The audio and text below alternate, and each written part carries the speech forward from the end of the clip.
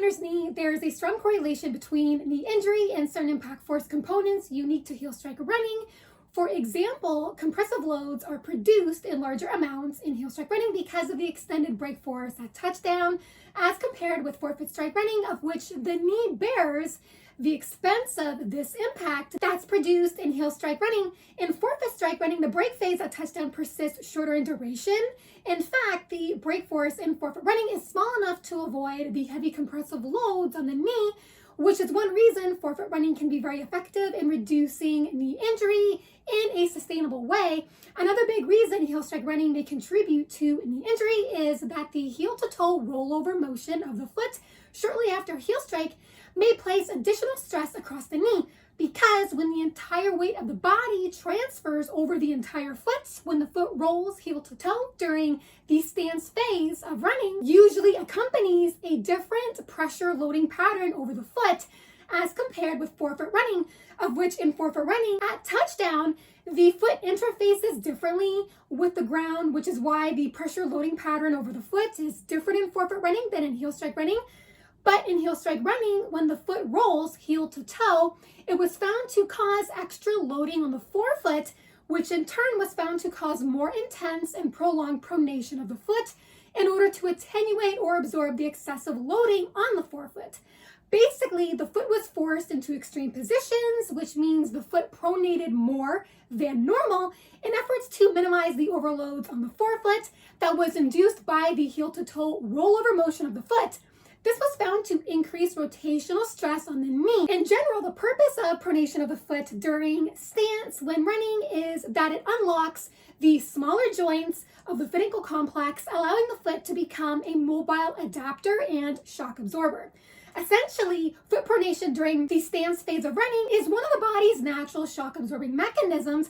But just like anything else, if foot pronation shifts into extreme positions out of tolerance, it can be very counterproductive, because abnormal pronation may produce opposing forces on the foot, ankle, shin, and knee, because overpronation of the foot can certainly have a ripple effect up the leg, in that it's been known to increase bending strain on the Achilles tendon, torsion on the shin, and rotational stress on the knee, which seems to be the case in heel strike running, such that increases in mechanical stress on the knee and therefore increases in knee injury in heel strike running may reflect forceful pronatory engagement that occurs to counter more pressure stress on certain areas of the foot when the foot rolls heel to toe when running. Where we don't really see this kind of overpressure induced overpronation is in forefoot strike running, because, as I just briefly touched on, the foot configures differently with the ground in forefoot running, in that there's no heel to toe rollover of the foot.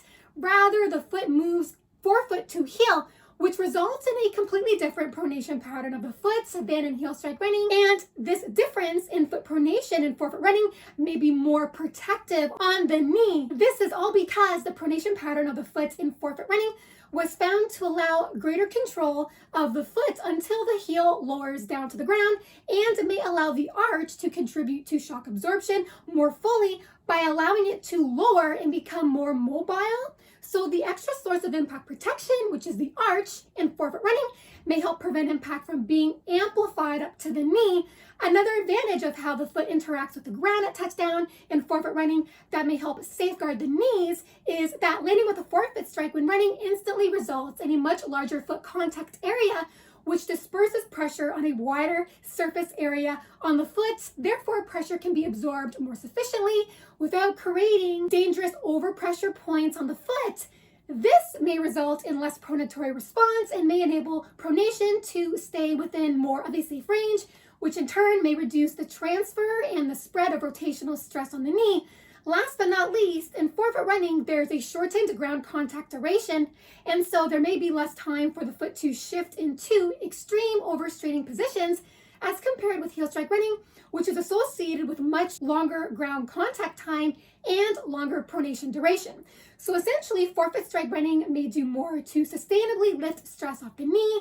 not just by naturally reducing compressive loading on the knee, but by limiting mechanical strain on the knee on account of the motions of the foot in a forefoot strike landing and how it influences the way pressure travels and spreads over the foot. may not be a source of knee injury like it seems to be in heel strike running. On that note, I posted links in the description box to other videos that I've done on the other ways heel strike running may contribute to knee injury as compared with forefoot strike running. I've also linked below the video in the description box to the data that I've referenced in this video. I hope you've enjoyed this video. If you did, feel free to hit the thumbs up button as well as the subscribe button if you haven't already, where you'll stay more informed on forefoot strike running versus heel strike running, as well as more informed on how running barefoot can help you run more effective in running shoes. Thank you so much for listening and watching. Have fun out there on the roads and trails. Bye for now.